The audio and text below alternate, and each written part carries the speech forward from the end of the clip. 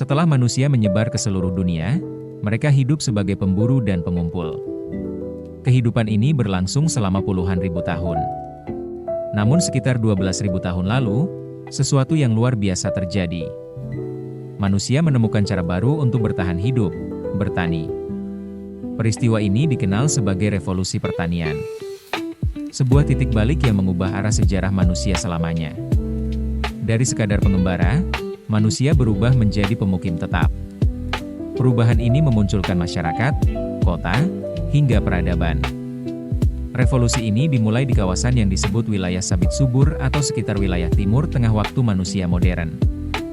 Daerah ini meliputi Mesopotamia, Levan, hingga sebagian Anatolia. Disinilah manusia pertama kali membudidayakan gandum dan jelai. Mereka belajar bahwa biji-bijian bisa ditanam, dipanen, lalu ditanam kembali. Sebelumnya, manusia hanya mengandalkan alam. Mereka mencari buah liar, berburu hewan, dan berpindah ketika sumber habis. Akhirnya manusia menyadari bahwa bertani memberi kepastian yang lebih stabil. Mereka bisa mengendalikan makanan, bukan sekadar menunggu alam. Pada awalnya, bertani tidak langsung menguntungkan, karena membudidayakan tanaman butuh kerja keras. Lahan harus dibersihkan, tanah digarap, dan tanaman dijaga dari hama. Namun perlahan, hasilnya jauh lebih banyak dibanding berburu. Manusia pun mulai mendirikan pemukiman permanen. Tidak lagi hanya berupa perkemahan sementara. Mereka membangun rumah dari batu dan tanah liat. Lahir komunitas yang lebih besar dan terorganisir. Salah satu pemukiman awal yang terkenal adalah Çatalhöyük di Anatolia atau sekitar wilayah Turki. Kota kuno ini berisi rumah-rumah berdempetan tanpa jalan. Penduduknya masuk lewat atap dan hidup berkelompok. Ini menandakan awal lahirnya kehidupan kota. Revolusi pertanian tidak hanya terjadi di Timur Tengah. Di Cina, manusia mulai menanam padi. Sedangkan di Amerika Tengah, mereka membudidayakan jagung, kacang, dan labu. Di Andes, kentang menjadi makanan utama. Setiap benua memiliki versinya sendiri. Seolah-olah seluruh umat manusia menemukan pola yang sama. Bertani memberikan surplus makanan. Surplus ini memungkinkan pertumbuhan populasi yang cepat. Dengan surplus, tidak semua orang perlu mencari makan. Sebagian bisa menjadi pengrajin, pedagang, atau pemimpin. Pembagian kerja pun lahir. Dari sinilah struktur sosial mulai terbentuk. Kehidupan yang menetap juga membawa perubahan besar. Hewan-hewan mulai dijinakkan. Anjing, sapi, kambing, dan domba dijadikan sumber tenaga dan makanan. Domestikasi ini menambah kekuatan manusia dalam menguasai alam. Namun, revolusi pertanian juga membawa masalah. Pola makan menjadi kurang beragam dibanding masa berburu. Penyakit menular mulai menyebar karena manusia hidup berdekatan. Konflik meningkat karena perebutan tanah subur.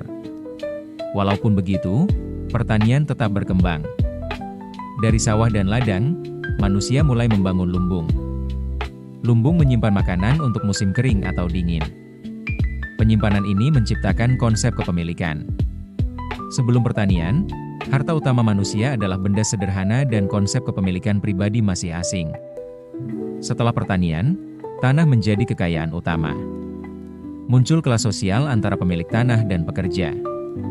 Dari sinilah kesenjangan mulai terlihat. Surplus makanan juga memungkinkan lahirnya perdagangan. Komunitas bertukar hasil panen dengan barang lain. Perdagangan menciptakan hubungan antar wilayah. Perlahan, jaringan ekonomi terbentuk. Kota-kota pertama mulai muncul di sekitar ladang subur. Sungai menjadi pusat kehidupan. Sungai Nil di Mesir, Eufrat dan Tigris di Mesopotamia, Indus di India, dan Huanghe di Cina. Semua menjadi cikal bakal konsep masyarakat berkelompok dan berkumpul serta tempat lahirnya peradaban. Pertanian juga melahirkan sistem kepercayaan. Manusia mulai menyembah dewa-dewa kesuburan. Mereka membuat ritual untuk hujan, panen, dan tanah subur. Kepercayaan yang bersifat agraris ini memperkuat kedekatan sosial. Lalu dari pertanian pula lahir sistem kalender. Karena manusia punya kebutuhan menghitung waktu tanam dan panen. mereka mengamati pergerakan matahari dan bulan. Sehingga muncullah ilmu astronomi yang awalnya bermula dari kebutuhan bertani. Karena manusia mulai berkumpul dalam skala yang besar, lahirlah kebutuhan konsep kepemimpinan untuk menengahi semua sengketa. Muncullah kepala suku dan kemudian berubah menjadi raja, lalu kota kecil berkembang menjadi kerajaan. Dari kerajaan, lahirlah imperium besar. Revolusi pertanian adalah fondasi dari semua itu. Tanpa ladang, tidak ada kota, tanpa kota, tidak ada kerajaan, dan tanpa kerajaan, tidak ada peradaban besar. Namun harga yang dibayar manusia cukup mahal. Dari kehidupan bebas di alam, mereka terikat pada sawah dan ladang. Dari pengembara bebas, mereka berubah menjadi petani yang terikat tanah. Inilah paradoks revolusi pertanian. Para pemburu bisa menikmati hidup dengan makanan beragam. Sementara petani sering bekerja keras tanpa henti. Bahkan, kesehatan mereka menurun karena pola makan monoton. Tapi populasi mereka terus bertambah. Lebih banyak anak bisa dibesarkan dengan pertanian. Karena ada stok makanan yang lebih stabil. Kemudian populasi meningkat pesat, sehingga manusia mendominasi semakin luas. Setiap ladang menciptakan desa yang pada akhirnya juga menciptakan kota dan kerajaan.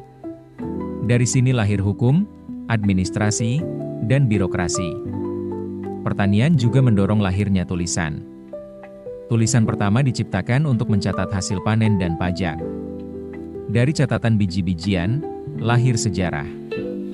Dari sejarah, lahir ilmu pengetahuan. Revolusi pertanian benar-benar mengubah segalanya. Ia menjadikan manusia bukan sekadar spesies, tetapi peradaban. Tanpa pertanian, kita mungkin masih jadi pengembara. Dengan pertanian, lahirlah dunia modern.